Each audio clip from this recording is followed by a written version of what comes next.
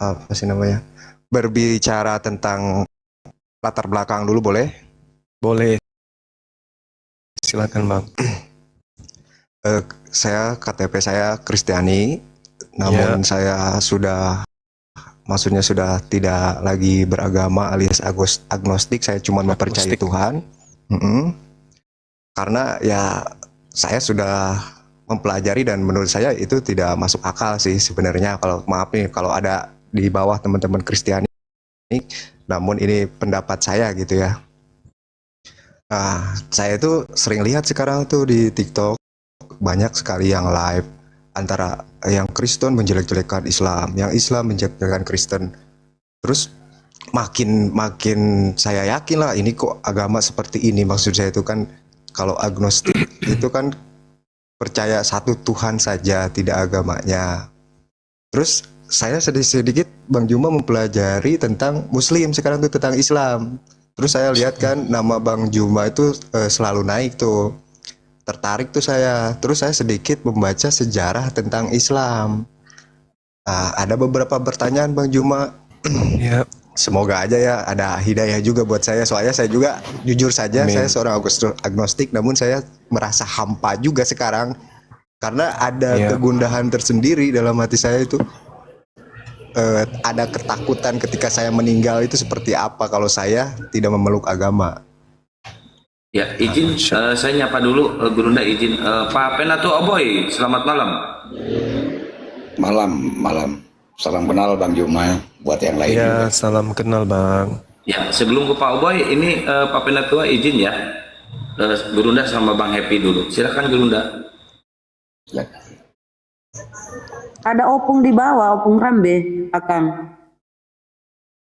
Oh, Ada begini Minta naik biasa. opung biar saya di bawah. Opung rembe naik opung. Ya, iya Bang. Terima kasih ya Bang Bejo. Bisa dilanjutkan. ya silakan. Begini Bang, saya kan membaca historical tentang terjadinya yang Nabi Muhammad naik ke langit itu, apa namanya tuh, lupa lagi saya. Isra Mi'raj. Isra Mi'raj. Nah itu Ya, kan itu terjadinya itu sebelum Masjid Al-Aqsa itu diberi nama Al-Aqsa Bang. Maksud Ya. saya kan mengapa di Al-Quran sudah disebutkan Al-Aqsa sedangkan peristiwa itu terjadi sebelum Nabi Muhammad itu sebelum tanah itu diberi nama Al-Aqsa begitu. Terus boleh beberapa, coba satu lagi deh. Ya. Terus satu lagi gini Bang, saya pernah melihat peta peta kuno lah. Tidak ada tuh yang namanya Mekah. Sedangkan saya kan membaca historical tentang adanya Mekah itu dari Ibrahim ya. Kalau di Islam Ibrahim itu kan yang membangun kota Mekah kalau nggak salah. Ya. Awal mulanya kalau dalam histori Islam. Sedangkan di Mekah itu di peta 1200 Masehi itu baru ada. Belum ada. Coba saya mau minta penjelasannya gitu, Bang Juma. Terima kasih. Iya, iya baik. Bismillahirrahmanirrahim. Jadi yang pertama tadi terkait dengan Isra Mi'raj. Baginda Rasulullah Muhammad SAW adalah hamba Allah. Diterangkan kemudian di dalam Al-Quran. Bismillahirrahmanirrahim. Subhanalladzi asra bi'abdihi laylan minal masjidil harami ilal masjidil aqsa. Jadi yang memperjalankan kemudian Nabi Muhammad bukan Nabi Muhammad itu sendiri, melainkan yang maha pencipta, yang maha kuasa, yang bisa melakukan apapun terhadap makhluknya, yang melakukan itu. Sehingga tak ada yang mustahil dalam hal ini. Ketika kemudian Allah menginginkan memperjalankan Rasulullah. Ini adalah satu cara Allah ya untuk menggelitik akal manusia. Makanya kemudian Allah menciptakan manusia itu sebagai makhluk sempurna dalam bentuk fi aksani takwim. Kesempurnaan daripada wujud manusia itu adalah eksistensi keberadaan Allah di alam semesta. Aku menciptakan manusia untuk mengajarkan kepada kalian bahwa aku itu ada. Maka satu-satunya makhluk yang diciptakan dengan sempurna yaitu manusia. Sehingga apa yang terjadi? Allah menggeliti akal manusia sehingga manusia mampu kemudian berkarya dan menciptakan kendaraan yang disebut pesawat, di mana pesawat ini mempersingkat waktu dan jarak yang begitu jauh. Mempersingkat jarak dengan menggunakan waktu yang singkat. Seperti yang kemudian dipercontohkan oleh Allah akan perjalanan baginda Rasulullah Muhammad sallallahu alaihi wasallam. Nah, kemudian ketika penamaan ini, ketika kita berbicara mengenai hal tersebut, memang sebelumnya belum dinamakan Masjidil Aqsa. Tapi pada dasarnya kemudian hari ini kita mengenalnya dengan Masjidil Aqsa. Tak ada permasalahan di situ. Sama seperti ketika kemudian di dalam Bible ada nama sungai yang ada di Gan Eden, taman di Gan Eden, ada 4 nama sungai. Tapi kemudian nama sungai itu juga ada tertulis di dalam Bible yang merujuk kepada apa yang ada di peta dunia. Nah, sama seperti itu. Yang diterangkan dalam Al-Quran itu adalah ada apa yang sesuatu yang sekarang ada, kita lihat adanya Masjidil Aqsa. Jadi itu bukan sesuatu yang menurut saya pribadi dan menurut umat Islam dalam kaidah Islam, bahwa itu bisa menggugurkan kebenaran daripada Isra Mi'raj yang terjadi atas baginda Rasulullah Muhammad sallallahu alaihi wasallam. Kemudian yang kedua, Al-Quran kemudian mengajak umat manusia untuk berfikir. Afala ta'qilun, afala tatafakkarun. Kalau segala sesuatunya kemudian dijabarkan oleh Al-Quran, dijabarkan dengan begitu mudahnya kepada kita manusia, terkait dengan pertanyaan saudara tentang adanya kota Mekah dalam peta bla bla bla dan seterusnya, maka akal kita ini mengantarkan kita kepada keadaan lebih cepat pikun. Karena dengan banyak berpikir manusia itu kemudian menghalau datangnya pikun di usia dini. Artinya apa? Tidak semua yang ada itu harus diterangkan tanpa kaidah, harus diterangkan kemudian tanpa berpikir, harus diterangkan kemudian dijabarkan, diperlihatkan oleh Allah tanpa kemudian manusia itu mencari. Jadi tidak semuanya ketika Anda mengatakan di sini ada di tahun sekian kok tidak ada nama Mekah di sana dan seterusnya. Tapi ada satu hal yang menarik terkait dengan Nabi Ibrahim alaihissalam dan kota Mekah. Ketika kemudian diceritakan di dalam Al-Quran bahwa mula-mula rumah yang didirikan oleh Allah adalah Baitullah bersama dengan anaknya Abraham yaitu Nabi Ismail alaihissalam, ada hal yang kemudian yang menarik di sini sebagai apologet Islam untuk dikaji. Apa itu? Ketika kemudian Nabi Ibrahim keluar pertama kali meninggalkan kota Mesir menuju wilayah Negeb. Negeb itu berarti wilayah selatan dari kota Mesir. Artinya Nabi Abraham menuju kepada area Mekah. Di sanalah kemudian dia pertama kali mendirikan Baitullah atau Baitel atau kemah pertemuan dengan Elohim. Kalau ini pun dibantah, maka mungkin teman-teman Yudaism bisa memberikan data akurat di mana saat ini mata sumur El Eroi dan di mana kemudian Faran, lalu kemudian di mana bait yang pertama kali didirikan oleh Abraham. Nah, jadi tidak semua yang diterangkan oleh Al-Quran itu harus seketika ini terlihat. Dunia masih panjang, kehidupan kita kemudian masih panjang ke depan. Apa yang diurai oleh ilmu pengetahuan hari ini terungkap dari Al-Quran sekian persen. Masih banyak sekian persen isi Quran itu yang belum terungkap di atas muka bumi ini. Coba kita lihat bagaimana Al-Quran yang menuliskan tentang adanya api yang berkobar di dasar laut. Bagaimana kemudian Al-Quran mengurai tentang embrio, bagaimana Al-Quran mengurai tentang sidik jari. Dulu sebelum ilmu kedokteran mengungkap tentang sidik jari, apa yang diterangkan oleh Al-Quran itu masih sesuatu yang sifatnya hanya informasi yang kita tidak bisa membuktikan mana kebenarannya, mana tentang sidik jari, mana tentang DNA ini yang dimaksud Al-Quran. Tapi dengan berjalannya waktu, rupa-rupanya apa yang ditemukan oleh ilmu kedokteran hari ini terkait dengan sidik jari itu sudah diterangkan dalam Al-Quran. Begitu juga tentang Mekah, begitu juga tentang wilayah-wilayah yang diceritakan kemudian dalam Al-Quran, dan apa yang diungkapkan oleh ilmu pengetahuan saat ini itu akan berkesinambungan nantinya. Makanya Al-Quran itu kalau kita lihat, dia tidak pernah ditinggalkan oleh ilmu pengetahuan. Justru semakin pengetahuan ini bertambah, Al-Quran semakin mengiyakan. Dan sudah dituliskan 1400 tahun silam. Jadi kalau Anda bertanya, mana kota yang disebutkan dalam Al-Quran bahwa mula-mula Ibrahim datang ke Mekah, mendirikan kemudian Baitullah, itu saudara tidak temukan?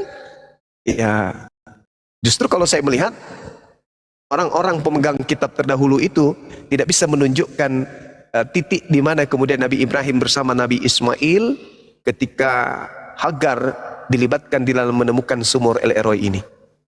Itu tidak ada. Berarti satu-satunya kandidat adalah Mekah Al-Mukarram. Demikian. Terus begini nih, saya sebelumnya mau minta izin dan minta maaf izin yang sebesar. mau menambahkan Bang Zuma, boleh? Iya, silakan. Mungkin boleh ya, Bang Happy ya. Boleh. Tadi nanya soal map. Iya.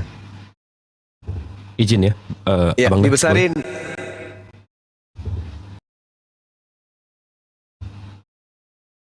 Ya, bismillahirrahmanirrahim. Jadi di map nggak ada, mungkin agak ini ya, membengongkan ya. Jadi kalau kita buka ini peta Ptolemy tahun 150, berarti abad 1 ya. Ini Ptolemy geografi. Ini saya ambil dari bible.ca. Ya, di sini kalau kita lihat ada namanya Makoraba. Nah, di Makoraba ini kalau kita lihat dari Dictionary of Greek and Roman Geography, Makoraba ini sekarang disebut Mekah. Jadi catatan Romawinya mereka tidak menulis Mekah, tapi mereka menamakan sendiri itu Makoraba, Bang. Nah, mereka habis itu ya, betul kan. Mohon maaf. Ini tahun 150. Abad 1, 2. Iya. Habis itu kalau memang mau ada lebih mundur daripada ini lagi, karena klaim kita kan Mekah itu ada dari zaman dulu kan. Kalau kita baca Keluaran 51, kemudian Musa dan Harun pergi menghadap Firaun, lalu berkata kepadanya, beginilah firman Tuhan Allah Israel, biarkan umatku pergi untuk mengadakan perayaan bagiku di padang gurun.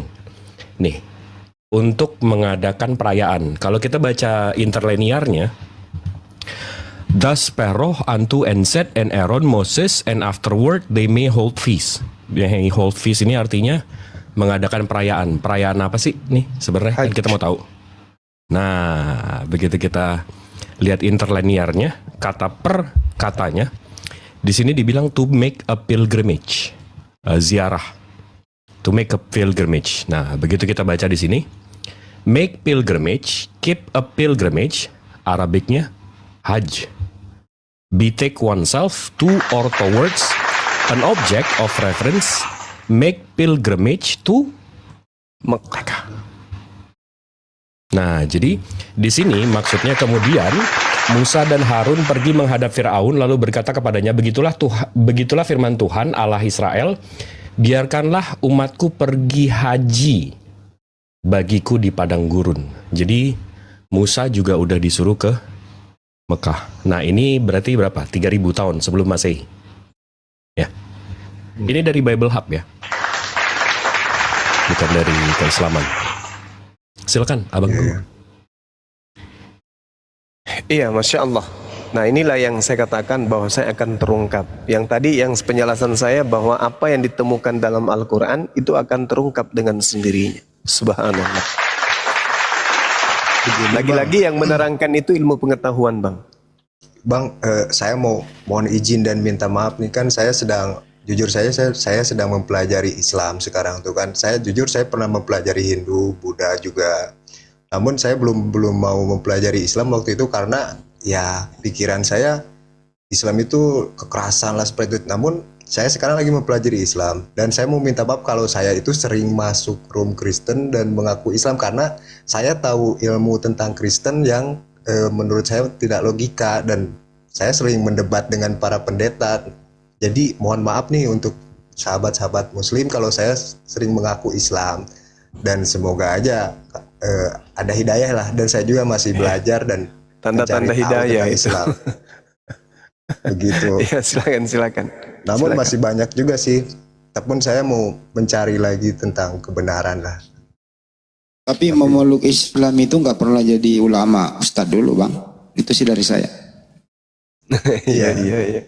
Iya. Sama ya orang sekolah kan SD dulu bang. Iya. Cuman masih kalau misalkan persentase masih 45%-an lah. Soalnya saya bukan saya menjelekan agama lain ya, cuman saya kan sering melihat dari segi histori dan segi ketuhanan. Mohon maaf untuk agama lain menurut saya tidak masuk logika lah kalau menurut saya pribadi ya. Mungkin keimanan mereka berbeda-beda. Nah, saya sekarang sedang mempelajari Islam dan saya belum sepenuhnya susah itu seperti itu. Masya Allah. Jadi proses menuju Islam ya memang harus lebih mengedepankan kemudian akal daripada doktrin, dogma Iya. tadi. Iya. Karena saya tidak mau memeluk agama karena satu ikut-ikutan, kedua karena warisan. Saya ingin mendapatkan karena diri saya sendiri, makanya saya sekarang agnostik seperti itu, Bang. Iya. Kalau abang lahir dari keluarga mana bang? Saya Kristen, Bang. Oke, lanjut, makasih. Ya mungkin segitu dulu, Bang. Mungkin silakan lanjut dulu dengan yang lain. Saya juga akan mencari apa sih yang nanti mungkin saya bisa masuk room sini lagi dan bertanya lagi apabila saya tidak menemukan jawaban tentang Islam. Mungkin kalau yang tadi sudah terjawab, terima kasih, sangat lengkap, dan saya bisa membedakan gitu mana yang room yang gacor, nggak jelas gitu ngejelasinnya. Bukan saya menjelekan, tapi emang itu fakta. Itu dia menjelaskan tapi dengan adu mulut. Saya tidak suka, Pak. Saya paling tidak suka kalau seperti ini. Ada mungkin ya, semoga ada hidayahnya. Terima kasih. Tapi udah terjawab belum bang soal Islam, agama kekerasan dan seterusnya? Karena kalau abang belum menguasai itu, saya bisa tunjukin datanya untuk membantah sama sekali pemikiran seperti itu. Itu sih terbawa karena agama saya yang terdahulu. Mungkin saya sudah sedikit terdoktrin tentang ajaran-ajaran di gereja itu. Mau saya tunjukin faktanya kayak gimana bang? Boleh, silakan. Izin Bang Zuma, boleh? Silakan. Bang Jibril bisa membesarkan diri sendiri ya? Alhamdulillah. Ya, oke. Lanjut. Kok gelap?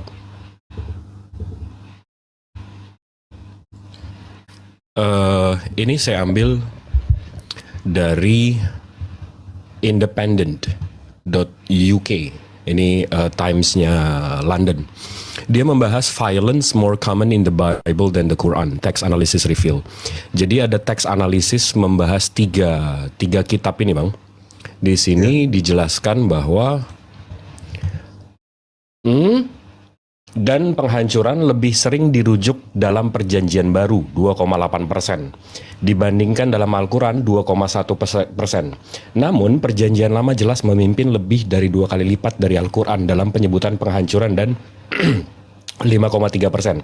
Jadi 5,3% perjanjian lama, perjanjian baru 2,8%. 8,1% isi biblos itu dan kehancuran. Sementara Islam itu nggak sampai seperempatnya. 2,1. Itu dari teks ya. Habis itu di sini kita bisa lihat ada namanya buku body count.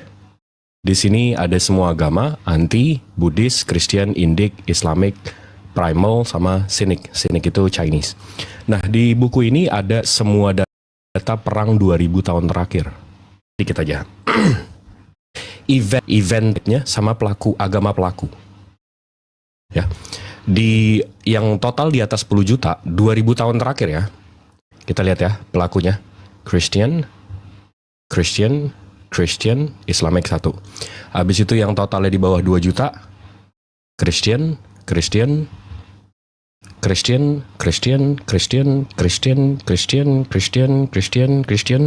Islamic 1.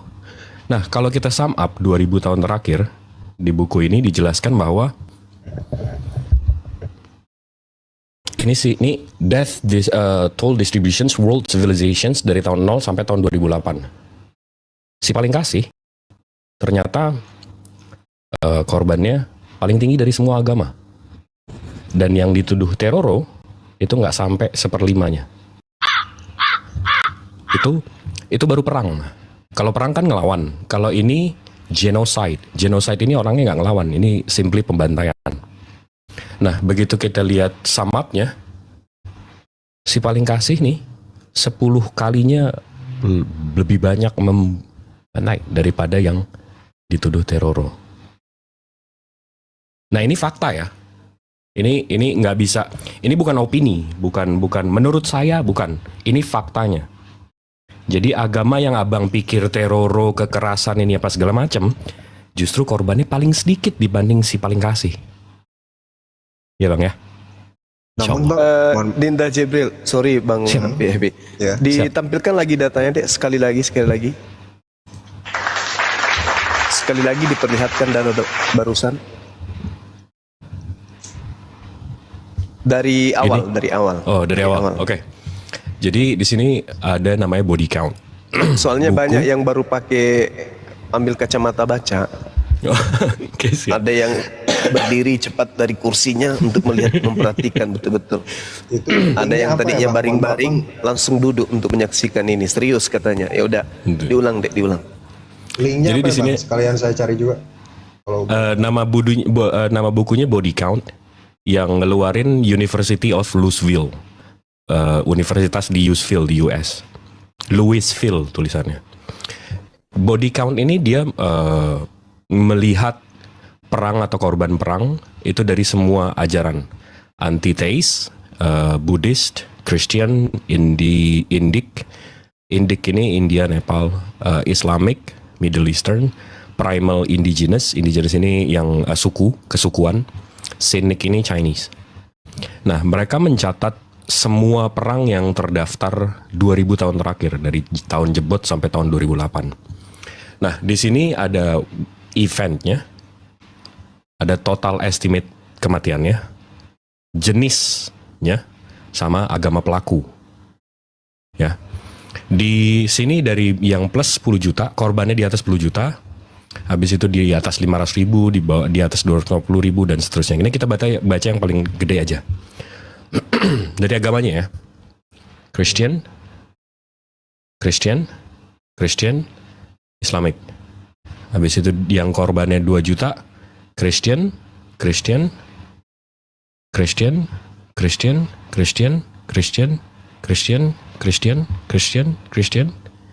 Islamic.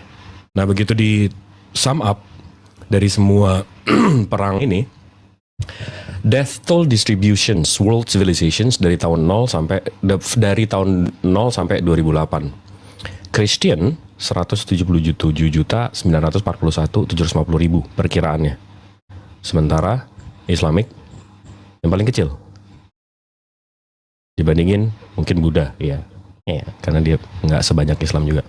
Tapi tetap hampir berapa? 4 kali lipatnya, 5 kali lipatnya, 4 lah.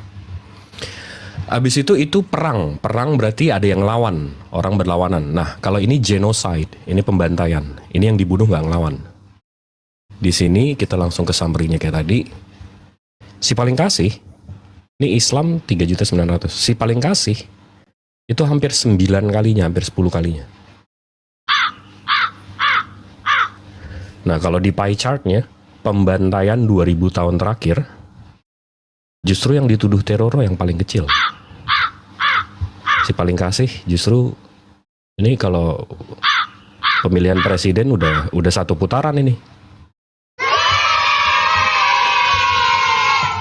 Jadi narasi Islam itu agama ini itu ya sekarang simpelnya gini aja bang.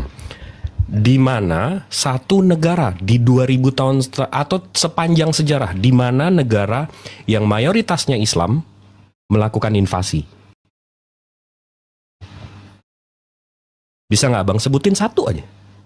Kalau yang terjadi di Timur Tengah, yang Oman sama Itu sesama, bukan melakukan invasi kayak penjajahan. Itu sesama, itu perang internal, nggak ada masalah itu. Invasi bang, invasi.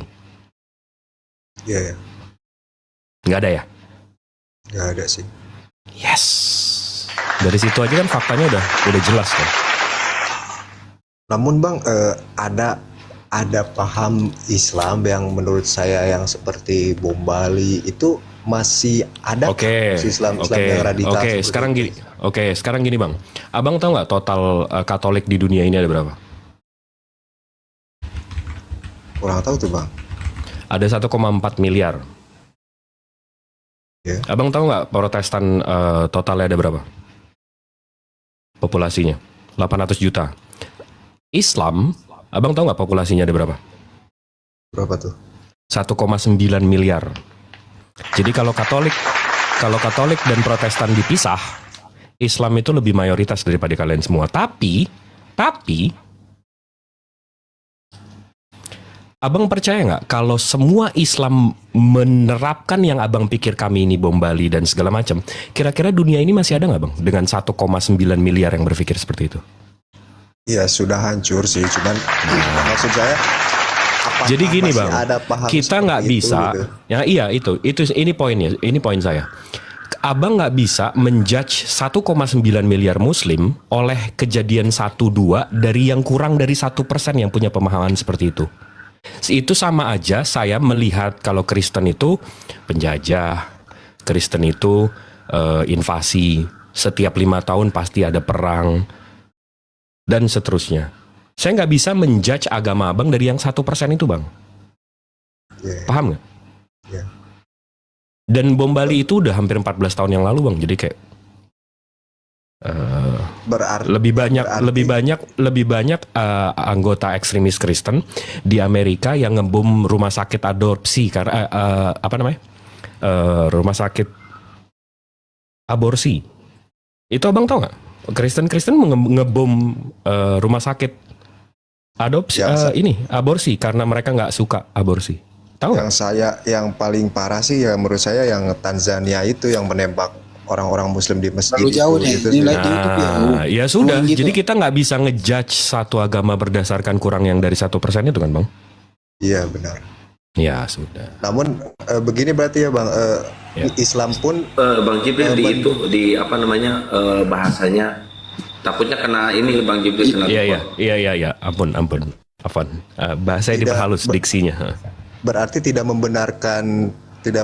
Kami mengecam bang. Mengecam. Begitu kejadian yang di Bali itu, umat Islamnya sendiri mengecam. Oke.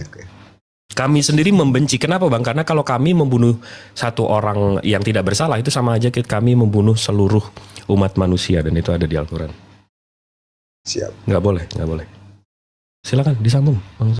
Kalau saya perhatikan Bang Happy ini kok sepertinya pandai berbahasa tapi masih kerdil dalam berpikir. Kalau memandang seseorang itu dinisbahkan kepada agamanya nggak boleh kayak begitu. Itu namanya pikiran kerdil. Bukan gitu bang, itu kan saya terdoktrin dari ajaran saya terdahulu. Jadi kan saya mempelajari Islam ini di akhir karena saya terdoktrin bahwa ajaran Islam seperti itu. Jadi doktrin dan media. Ya, bukannya saya kerdil, namun saya kan dari kecil agamanya yang sebelah itu. Iya, abang pakai kacamata kuda, paham. Iya, jadi bukannya saya kerdil seperti itu.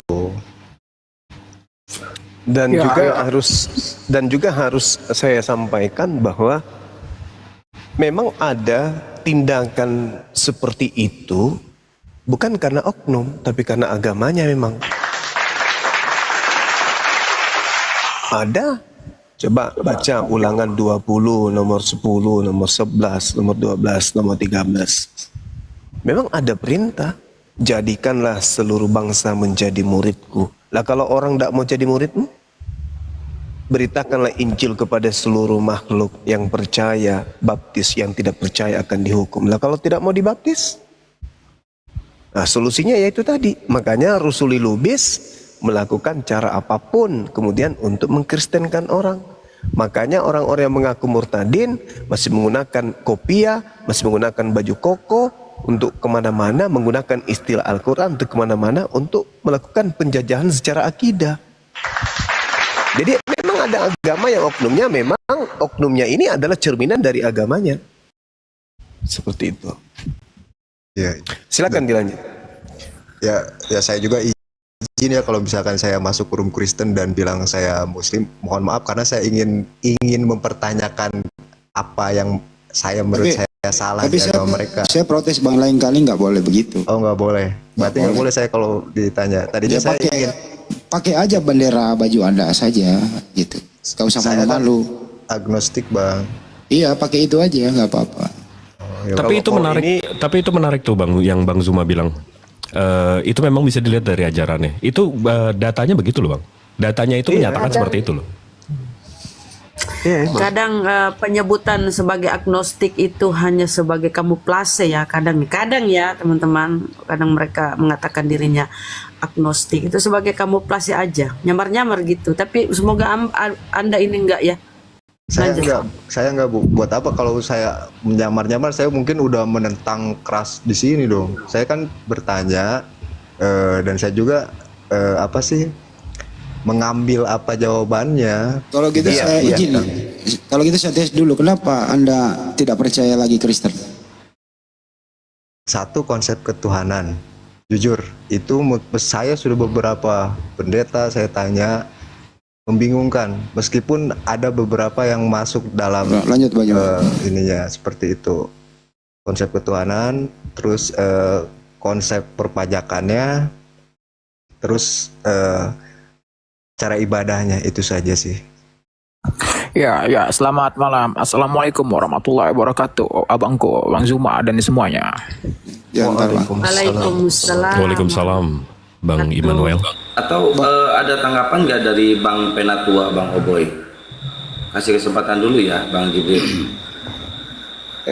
Mungkin saya dengar dulu sebentar Bang. Nah, jadi untuk happy, entar dulu. Untuk happy light udah cukup Bang Juma?